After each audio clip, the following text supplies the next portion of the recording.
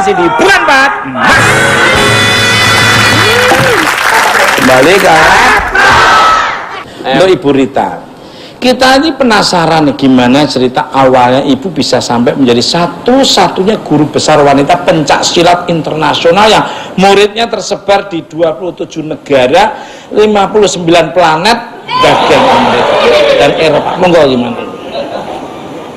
Sebetulnya yang pertama pergi ke Amerika itu bukan saya, kakak saya yang pertama. Setelah kepemimpinan bapak saya selesai meninggal beliau, kepemimpinan diganti oleh kakak saya yang paling besar. Pada tahun 82 dia menikah dengan orang Amerika yang belajar seni budaya di Indonesia. 82 dia hijrah ke sana. Lalu dia di sana mengembangkan pencak silat, tapi tidak mudah. Karena orang sana jangankan mengenal bela diri Indonesia saja dia nggak tahu. Dia bilang kalau Indonesia tuh sebelah mana Bali, apalagi bela dirinya tidak dikenal.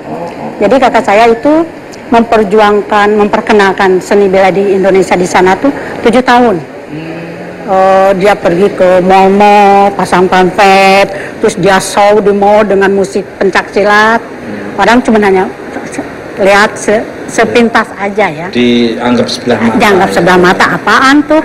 Di sana kan bela diri udah pada bagus. Dari semua negara ada di situ kan bela diri. Akhirnya udah 7 tahun berjuang.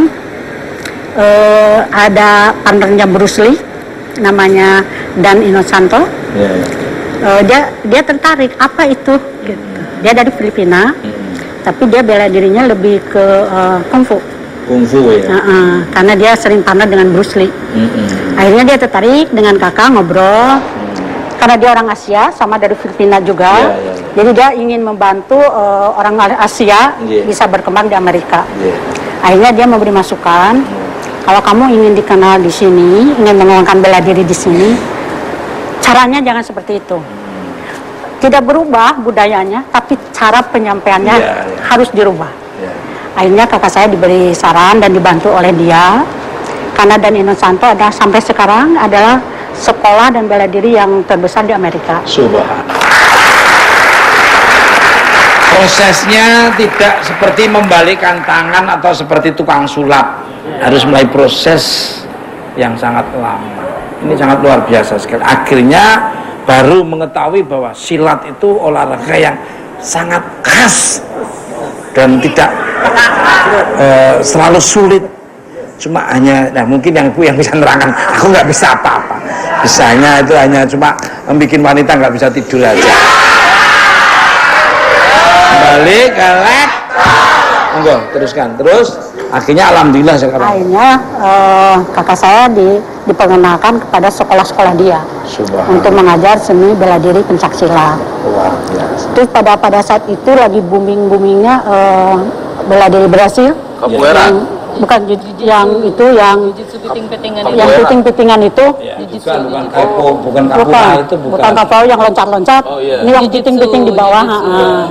Terus Guru Dan nantang gini, di silat punya nggak begitu? Ada, kata kakak saya. Dia ciptakan teknik harimau. Harimau kan mainnya di bawah. Jadi kakak saya ciptakan teknik harimau, permainnya seperti itu. Akhirnya di situ perguruan kami mulai dikenal. Dan ini dengar kabar baru aja ini masuk ke Twitter saya, Steven Seagal itu juga akan beralih ke silat. Luar biasa. Yang dia bela dirinya itu tadi apa? Jitpundo ya? Jiu-jitsu. Apa namanya? Jiu-jitsu. Lu ngertinya tuh tempe.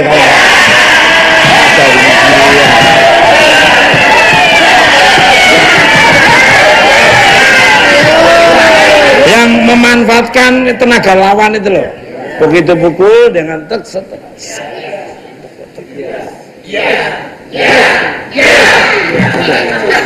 Nah, penasaran nih, pemirsa pasti penasaran. Bagaimana Ibu Rita dalam mengajarkan silat di luar negeri? Kita lihat cuplikan berikut ini.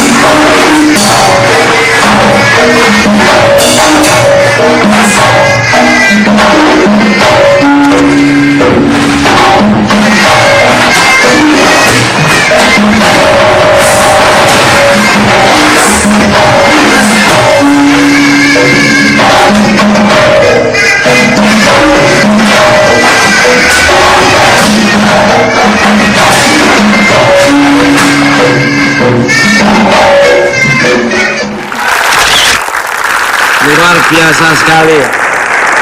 Walaupun lawannya tingginya 5 meter, tapi kok bisa tetap membandingkan. Itu orang Mas, pohon kelapa.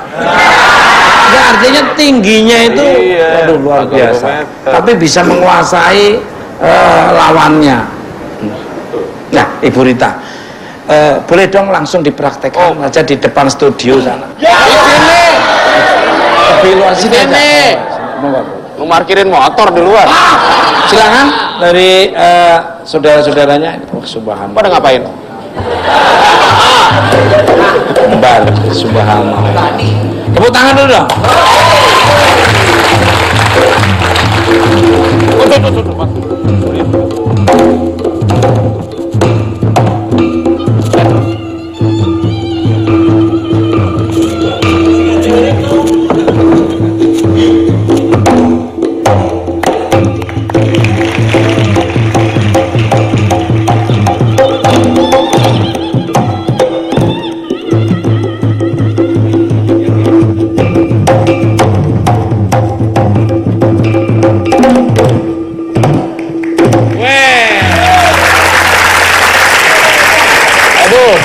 Luar biasa sekali, luar biasa sekali.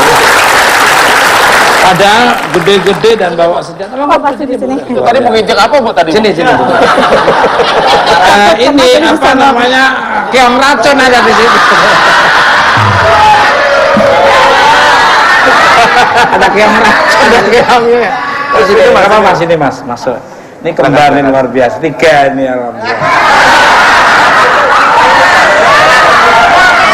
Yang 2 satu ibu, yang satu majikan itu. Untuk Ibu Rita, barusan tadi teknik silat apa? Monggo. Ini teknik untuk bela diri simpel untuk wanita, untuk mengblocking kalau ada serangan dari jalan, dari orang yang tidak bertanggung jawab. Seperti yang tadi, murid saya mau ambil perhiasan di sini. Jadi kita lakukan teknik simpel. Tidak perlu banyak permainan, sudah lumpuh, kita bisa menyelamatkan diri. Nah, seperti apa teknik daku-daku? Teknik kuda-kuda. Kuda. Yang nulis dia, aku kan tinggal baca. Baca aja masih salah. Teknik kuda-kuda atau lipatan yang mudah dipelajari untuk wanita, monggo. Ini pengertian kuda-kuda itu adalah pondasi ya, dari langkah. Di gerakan dasar, hanya langkah saja, tidak ada teknik. Itu namanya kuda-kuda. Jadi hanya dari sini, seperti sini, Nggak sembarangan. sini. Ini namanya kuda-kuda. Jadi dibangun dulu pondasinya yang kuat, baru nanti mengarah ke teknik yang lebih efektif untuk bela diri. Kalau seperti kuda catur kayak gini cara ngelakuinnya. Jangan salah, dia bela diri apa aja tuh udah bisa. Beb, lu pernah apa coba bela diri apa yang Bela diri? Saya lebih bela diri Yang pernah namanya kamu hit pelajari. and run. apa itu nggak boleh tahu? Peragakan ya? Ya. Bantu saya Mas. Siap ya Mas ya? Jangan beneran. Hit and run.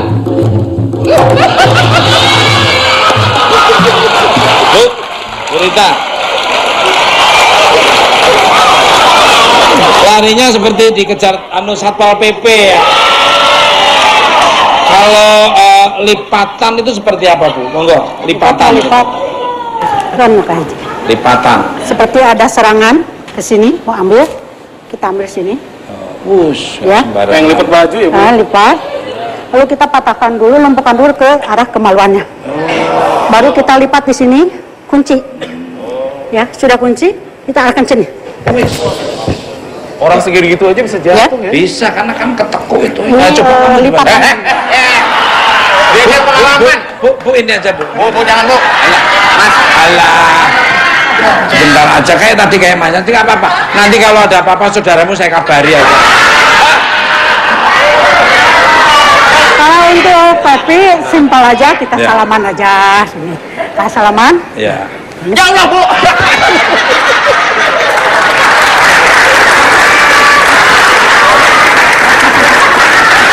Itu simpel. Ngeri ya, ngeri ya. Aku aja udah merasakan ngeri ya. Kalau aku dikasih cuma belian aja deh Bu ya. Kalau dia tangannya susah ditangkap, jadi lebih gampang nangkap mulutnya. Set. Terima kasih. Masnya duduk. Terima kasih Mas. Subhanallah, luar biasa sekali. Kembali ke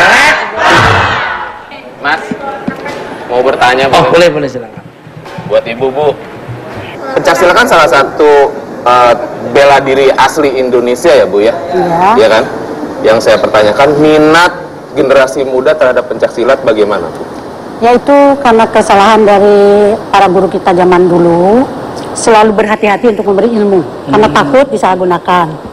Jadi mereka selalu Sembunyi-sembunyi.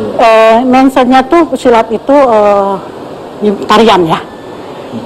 Jadi mereka berikan hanya kembangan saja sebagai dan Banget, Bu, tadi tarian tuh. jadi akhirnya teknik-teknik intinya nggak di-offer. Oh, nggak dikasih. Karena ketakutan itu. Akhirnya generasi muda tuh hanya tahu tuh luarnya saja. Akhirnya guru-guru yang tua meninggal, Iya. orang tuh awam bahwa silat tuh mindsetnya, wah kalau di silat ya kalau berkelahi harus pakai musik, gitu image-nya ya. Padahal itu di silat tuh sangat kaya, sangat kaya dengan teknik. Setuju saya dengan Ibu Rita karena taunya orang taekwondo, karate, judo, terus ya, jujutsu, juaria.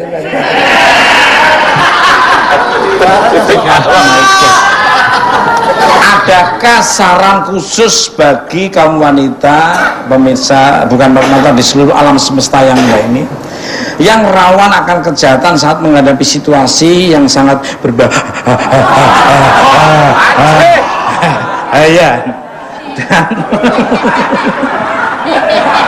Aku lama-lama lebih anggut kan. Ini hostnya stres ya. Dan ancaman dari pihak yang tidak bertanggung jawab. Monggo dari Olive dulu. Mungkin kalau untuk seorang wanita yang pertama mungkin tidak mengundang gitu. Karena kan belajar ilmu bela diri itu ibaratnya dimulai dari nol, ketika kita tidak bisa apa-apa dan diakhiri juga dengan nol. Pada saat ilmunya udah tinggi dan kita harus merasa rendah diri gitu.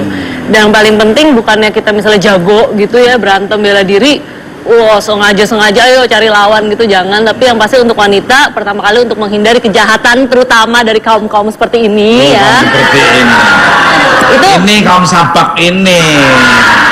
Pakaiannya rapi seperti ini, tertutup, kan enak dilihatnya gitu. Jadi kemudian juga tidak mengundang gangguan-gangguan itu. Nah mungkin ilmu itu dipakai pada saat terpaksa aja ya. Kalau sudah kepepet atau membela diri atau mengeles, menolong orang lain gitu. Tetapi ilmu bela diri itu yang saya belajar bukan untuk menghajar orang atau memulai duluan, tapi untuk membalikan serangan itu. Luar biasa. Ini. Kalau orang yang sudah berpengalaman itu lebih humble, lebih down to earth, tidak menunjukkan atau memancing untuk orang untuk mencoba-coba dengan kita. Luar biasa sekali. Tepuk tangan untuk Olivia Arwana. Mulai. Jumat Sabtu Minggu Mas tanyain Mas. Oh pasti. Mau ya kamu? Mau? Saya pengen ikut syuting Mister Tukul Jalan-Jalan mau.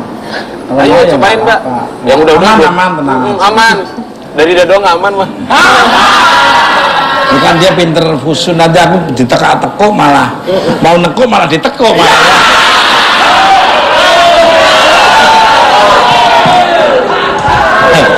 Kalau dari Ibu Rita nih, monggo silakan di kamera yang sana boleh. Yang nyala. Pada umumnya sama seperti Olive, tapi saya menyarankan pada wanita tidak ada salahnya belajar bela diri, terutama pencaksilat bela diri budaya kita. Karena pencaksilat bela diri kita ini tidak seperti yang powernya kuat harus begini, tidak. Untuk perempuan tetap kelembutannya masih terjaga, tapi bela dirinya itu sangat efektif untuk memprotek diri sendiri. Can mau menata tapi bulan Mas. Aku pasti